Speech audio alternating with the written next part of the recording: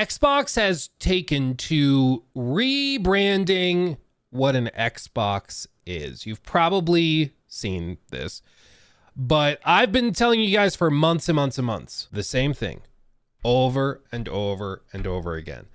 Microsoft is not playing the console game that they have consistently been losing against PlayStation. They are making their own game, and they're going to approach this the same way they approach selling copies of Windows to any manufacturer that wants it, selling Microsoft Office to anybody who wants it, whether you're on an iPhone or a Mac or whatever. They are going for software distribution. That's what they're good at. That is why Microsoft is a $3 trillion company, and that's what they're going to do with Xbox. And so they launched this new marketing campaign where they describe all of these different things as an Xbox. So they show, of course, the Series X. This is an Xbox. A laptop.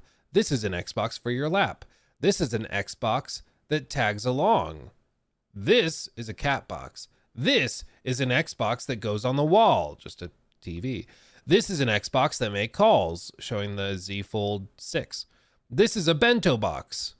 This is an Xbox on the inside. This is an Xbox that you wear with the Oculus. This is still an Xbox with the Series S. And then the Xbox Pro finally released. And let's just say a lot of like the diehard Xbox crew was not super thrilled with this change, because this is like the official shift. Prior to this, they've been acting as though this was the approach, but this is the first time, as far as I'm aware, where the marketing has reflected this new approach, where they are not considering like games exclusive to a piece of hardware. Like, yeah, they have these, they're still selling these, but that is not an Xbox. Xbox is the software platform. The hardware can exist on a laptop, in the form of a laptop, a handheld TV, Fire TV stick, Oculus headset, whatever. They just want you to be able to play on their software platform in as many places as possible. This is very much a Satya Nadella move, in my opinion, the CEO of Microsoft. This is definitely one of his influences, which honestly, if you're the big man in charge and you greenlit 70 billion, technically with ZeniMax, it's like $77 billion in acquisitions.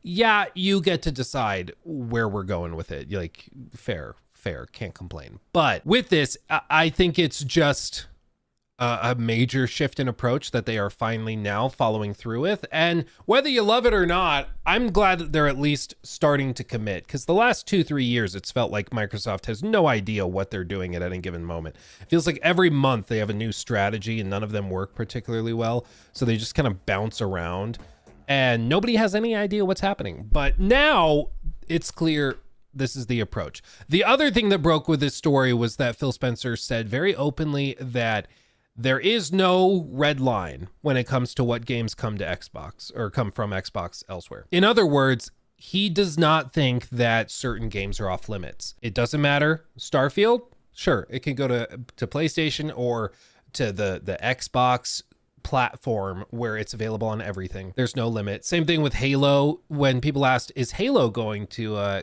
go and end up on other platforms? He said, it's too early to tell. That very surprising, because you would think that if any game were a hard line, it would be that one. But no, it's apparently Halo is on the table. So things are just changing. And part of it is not just Satya deciding, from on high that that's what it's going to be. Part of it is that Satya is looking at the numbers, and the numbers are that they have spent $77 billion on all these acquisitions, and they are not seeing an improvement in market share. They're not seeing people selling their PlayStations to buy an Xbox to play Starfield. They're not seeing people buying an additional console to play Starfield. I would argue part of that is because everybody knows it's going to end up on PlayStation anyways. So any big exclusives you can just sit on and wait. And so it's kind of like the chicken and the egg thing, like which came first, people's hesitance to move to Xbox or their knowledge of other things coming to their platform later because nobody wanted to move to Xbox. Who can say? But I think at this point, I can't blame them for taking this approach, but really it's just changing it where Xbox is going to transition into a major publisher and distributor, and They're going to run COD and, of course, everything Blizzard does and all the ZeniMax deals and Bethesda deals. They're going to run all of that. And I would guess that they put almost all of it on all platforms at the same time. Game Pass will make it compelling because you can sign up for 15, 16 bucks a month for their subscription. But it's kind of like movies or shows that Netflix signs a deal with, where they might sign a deal with Netflix where it's part of your membership, but you can get it on Amazon Prime Video for a $20 fee or for 30, 40, 50 bucks or whatever. So it's like you can get it on PlayStation. It's available there, but far and away the best value is through the Xbox ecosystem or portal directly. I think that's what they're going to do. And whether or not it's successful, I think time will tell. But frankly, I'm not sure if they can do much worse than they've already been doing. So, you know what? The old saying is, if it ain't broke, don't fix it. But if it is broke, do something. And in this case, Xbox has been in trouble for a long time, and they're just trying to do something different. Now, as I said, a lot of Xbox hardcore peeps were not too thrilled about this. I did watch one video. I should have bookmarked it. It was on my TikTok feed, but I did see one guy. It was one of those mythical For You polls. You know how like you're just scrolling and sometimes you get lucky with a video and you're like, this was sent to me from on high. This was a video with like 4 or 5 likes. Like nobody had seen it. It was just some person that lived in what looked like a bunker, and they were like actually crying about this, that Xbox was dead, that Phil had finally killed it and all this. It was crazy. And part of what that person brought up was like the console side of it, and whether it sounded like they thought that consoles were going to be gone and Microsoft was just going to move on from selling like Xbox hardware. But he confirmed they are still doing that. They're going to do a handheld. We talked about that on the last stream, where he wants to do a handheld device, but it's probably still a few years away. What he said was a few years away. So potentially lined up with next gen launch or whatever. But he talked about that. And then he also talked about a mid-gen refresh, which was interesting when he did an interview with Rolling Stone. I'm not sure why all of a sudden, like, this is the moment where Phil is going out and doing these. Because you remember just earlier this week, he went and did an interview in New York City with Bloomberg. And then he went and did interviews with GameFile. And he like a bunch of people have gone off and done interviews with him. And I don't know why this is the week he's going into overdrive with it, but there's probably a reason. I'm just not sure what it is. If you have a theory, put it in chat, please. But he said the reason for not releasing mid-gen refresh console for Xbox Series X and S, like the PS5 Pro, is that stating, quote, it's harder to show the benefits for such consoles. During an interview with Rolling Stone, Phil Spencer was asked why Xbox wasn't working on a mid-gen refresh like the PS5 Pro. And in response, he stated that Xbox thinks, quote, about hardware that can create unique value for the players or creators on its platform. The company doesn't need to work on incremental hardware for its benefit.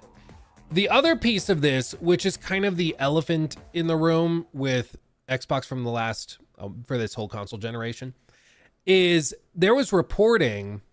Let me see if I can find the original article. Basically, there was a story where it was an offhand comment that Phil made. I believe it was Phil, that they quickly backtracked on. But he made an offhand comment years ago where he suggested that the Series X was their mid-gen refresh device and the Series S was their like 2020 next-gen console. And that was kind of their approach, where they were like, yeah, we already are doing our mid-gen refresh right now ahead of time. And it's like, that's literally not what mid-gen refresh means, because mid-gen would suggest it was in the middle of the gen, but whatever. And I think that that's kind of the approach that they've had, is they already splintered the dev process by having a Series S and an X at the same time. And so to introduce a third console would just be another layer of headaches on top of it. And at the end of the day, like, all of these cross-generational or cross-platform games, they are all limited by the lowest common denominator. If you need to support the Series S, which is the weakest console available other than the Switch and stuff, having a more powerful other device doesn't actually do a lot other than just kind of scaling up maybe target resolutions or target frame rates if you're really lucky or whatever. But it doesn't fundamentally change what games are possible. It's just turning some dials up. You know, it's not changing everything. So I think they just are kind of already in too deep, and they're like, yeah, it's not worth the trouble. And honestly, the other piece, which of course he's not going to say, it's not like the Series X and S are selling that well. Okay. Like, would a mid-gen refresh even sell well?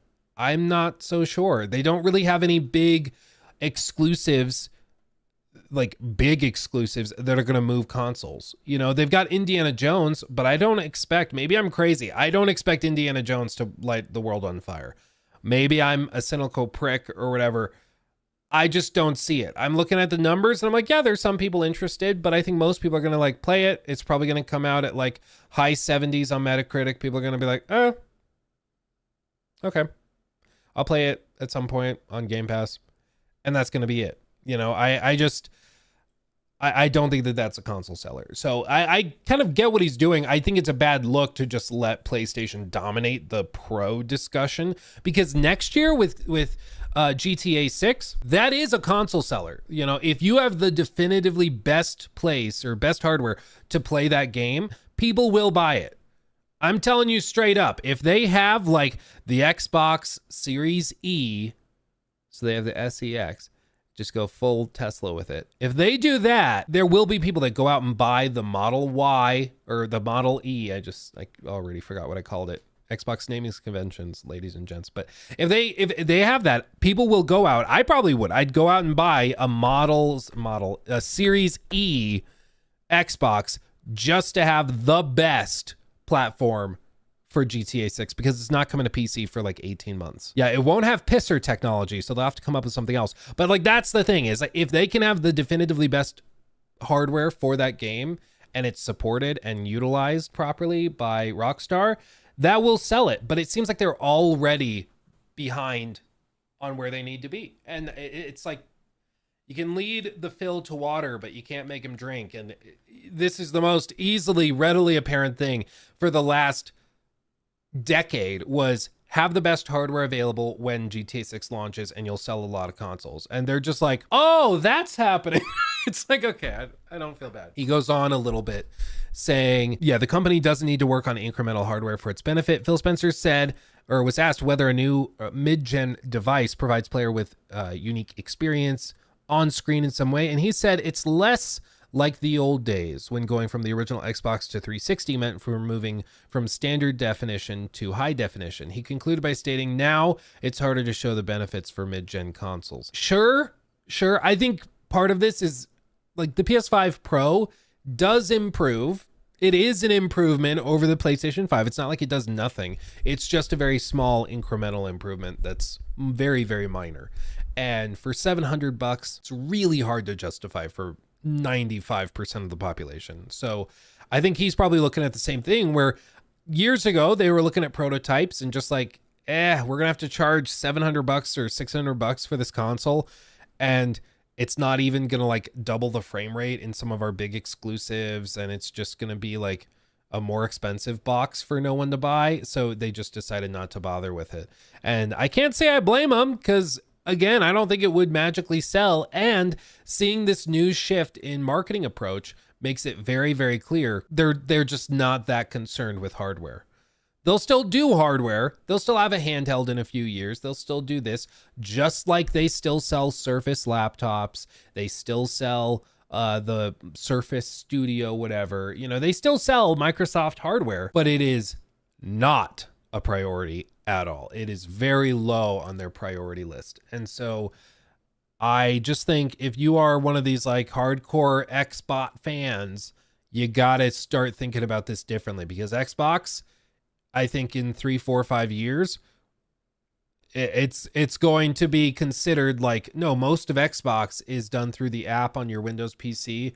Most of Xbox's experience through the streaming service on your TV. It's like, oh yeah, there's hardware. Yeah, there's a physical hardware thing, but I think it's going to be much less with it. They'll probably start selling the controllers bundled with Game Pass cards in it, and it won't even come with the console, and that's just going to be the new normal. So buckle up, buckaroo. Also, I hate to be this guy. This litter box is way too small for a cat that size. That cat is huge for that litter box. I'm sorry, I've got to say it. The bento box does look really tasty. Now I'm hungry. Thanks, Xbox. The litter box Series S. They already do that? Rabbit Wolf, really? They sell Game Pass bundled with controllers? Oh, well, there you go. There you go.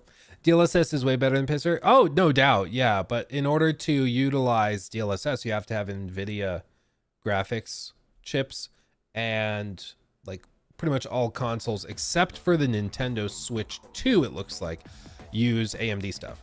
So you got to use FSR unless you're PlayStation, in which case you develop your own proprietary thing and then you have Pisser. He took my thing.